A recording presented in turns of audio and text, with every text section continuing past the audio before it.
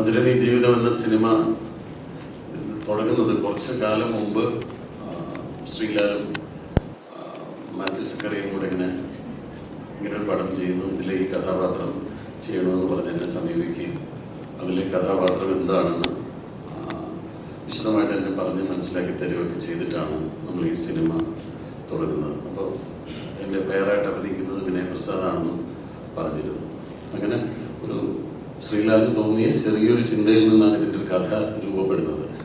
ഇതിനൊരു കഥ എന്ന് പറയാനായിട്ടത് അത്ര വലിയൊരു കഥയൊന്നുമല്ല. നമ്മളെല്ലാവരും ഫേസ് ചെയ്യുന്ന, നമ്മളെല്ലാവരും അനുഭവിച്ചിട്ടുള്ള, നമ്മളെല്ലാവരും കണ്ടിട്ടുള്ള, അല്ലെങ്കിൽ നമ്മളെല്ലാവരും നമ്മുടെ ജീവിതത്തിൽ തന്നെ ഉണ്ടായിട്ടുള്ള സംഭവങ്ങൾ കോർത്തിണക്കിക്കൊണ്ടുള്ള ഒരു സിനിമയാണ്. അല്ലാതെ നമ്മളാരും കേട്ടിട്ടില്ലാത്തൊരു കഥയോ കണ്ടിട്ടില്ലാത്ത ഒരു സിനിമയോ അല്ല.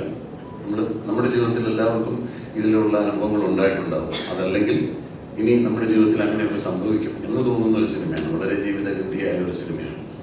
പിന്നെ ശ്രീലാലിനെ കുറിച്ച് പറയുകയാണെങ്കിൽ അങ്ങനെ ഒരുപാട് പണം കയ്യിലുള്ള, അല്ലെങ്കിൽ അങ്ങനെ ഒരുപാട് പണം മുടക്കിയ ഒരു സിനിമ അങ്ങനെ ചെയ്യണമെന്നൊന്നും പ്ലാൻ ചെയ്തിട്ടുള്ള ഒരാളല്ല. അദ്ദേഹത്തിൻ്റെ സിനിമയോടുള്ളൊരു പാഷൻ, അതുകൊണ്ടാണ് അദ്ദേഹത്തിൻ്റെ കഥ അദ്ദേഹം തന്നെ എഴുതി, അതിൻ്റെ തിരക്കഥ എഴുതി മാത്യു സക്കറിയ എന്ന് പറയുന്നൊരു പുതുമുഖ സംവിധായകനെ കണ്ടെത്തി ആ സിനിമ മെറ്റീരിയലൈസ് ചെയ്യണമെന്ന് ആഗ്രഹിച്ച് ഞങ്ങളെപ്പോലുള്ള കലാകാരന്മാരെ സമീപിക്കുകയും ആ സിനിമ ഞങ്ങളെല്ലാവരും ചേർന്ന് അത്ര വലിയ ബഡ്ജറ്റിലുള്ള സിനിമയൊന്നുമല്ല, അങ്ങനെ എല്ലാവരും സഹകരിച്ചിട്ടാണ് ഇതിൻ്റെ ക്യാമറാമാൻ കൃഷ്ണ, ഇതിൻ്റെ എഡിറ്റർ കപിലൻ, അല്ലെങ്കിൽ ഇതിൻ്റെ മ്യൂസിക് ഡയറക്ടർ, ഇതിൻ്റെ ലിറിസിസ്റ്റ്സ്, അവർ 2-3 പേരുണ്ട്. ഇതൊക്കെ ശ്രീലാലിനോടും ഉള്ളൊരു ഇഷ്ടവും അടുപ്പം വെച്ചിട്ട് എല്ലാവരും കൂടെ ചേർന്ന് ഉണ്ടാക്കിയ ഒരു കൊച്ചു സിനിമയാണ്. അപ്പോൾ ഇതിനൊരു ഒരുപാട് അവകാശവാദങ്ങളൊന്നുമില്ല.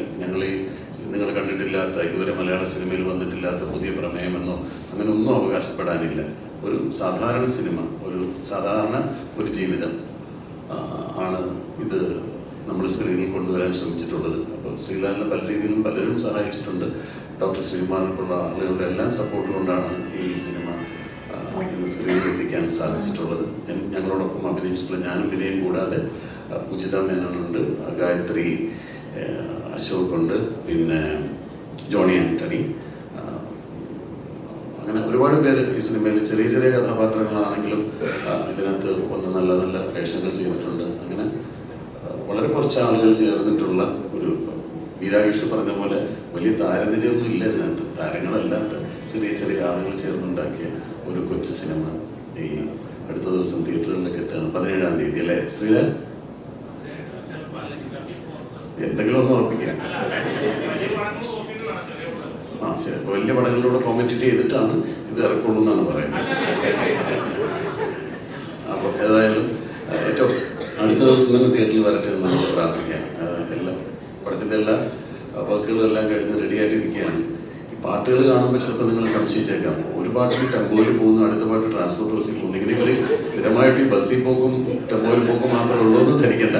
അത് ഒന്ന് സിനിമയുടെ തുടക്കത്തിലെ ഉള്ളൊരു ഞങ്ങളുടെ കഥാപാത്രങ്ങളെ കുറിച്ച് കാണിക്കാൻ വേണ്ടിയിട്ടുള്ളൊരു സീക്വൻസും, മറ്റത് ഞങ്ങൾ ട്രാൻസ്പോർട്ട് ബസ്സിൽ പോകുന്നതുകൊണ്ട് സിനിമയുടെ മറ്റൊരു ഘട്ടത്തിലേക്ക് കിടക്കുകയും ഞങ്ങൾ വേറൊരു സ്ഥലത്തേക്ക് പോവുകയൊക്കെ ചെയ്യുന്ന, കഥയിൽ വളരെയധികം മാറ്റങ്ങൾ ഉണ്ടാക്കുന്ന ഒരു സിറ്റുവേഷനിൽ വരുന്ന പാട്ടാണ്. അത് കഥയോട് ചേർന്ന് കേൾക്കുമ്പോൾ മാത്രമേ നമുക്ക് അതിൻ്റെ ഒരു ഫീൽ കിട്ടുകയുള്ളൂ. എനിക്ക് ഇവിടെ ഇരുന്ന് കണ്ടപ്പോൾ തോന്നി, അടുപ്പിച്ച് 2 പാട്ടിൽ ഒരാൾ തെക്കോട്ട് ടെമ്പോ ട്രാവലറിൽ പോകുന്നു, കുറച്ച് കഴിയുമ്പോൾ വടക്കോട്ട് ട്രാൻസ്പോർട്ട് ബസ്സിൽ പോയി എന്ന് പോലെ തോന്നും. പക്ഷെ സിനിമയിൽ വരുമ്പോൾ അതിൻ്റെതായ പ്രാധാന്യം ഉണ്ടാവും. ഓരോ രംഗങ്ങളും വളരെ ഇമോഷണലായിട്ടുള്ള ഒരുപാട് സീക്വൻസസ് ഉണ്ട്. സിനിമ ജനങ്ങൾ ഹൃദയത്തിൽ ഏറ്റുന്ന ഒരു സിനിമയായിരിക്കും എന്ന പ്രാർത്ഥനയോടെ, എന്ന വിശ്വാസത്തോടെ ഈ സിനിമ ഏറ്റവും അടുത്ത ദിവസം തന്നെ തിയേറ്ററിലേക്ക് എത്തുകയാണ്. നിങ്ങളുടെ എല്ലാ പ്രാർത്ഥനയും അനുഗ്രഹങ്ങളും എല്ലാവരും ഉണ്ടാവണം. ഈ സിനിമയും ഒരു വിജയമായി തീരട്ടെ എന്ന് ആഗ്രഹിക്കുന്നു.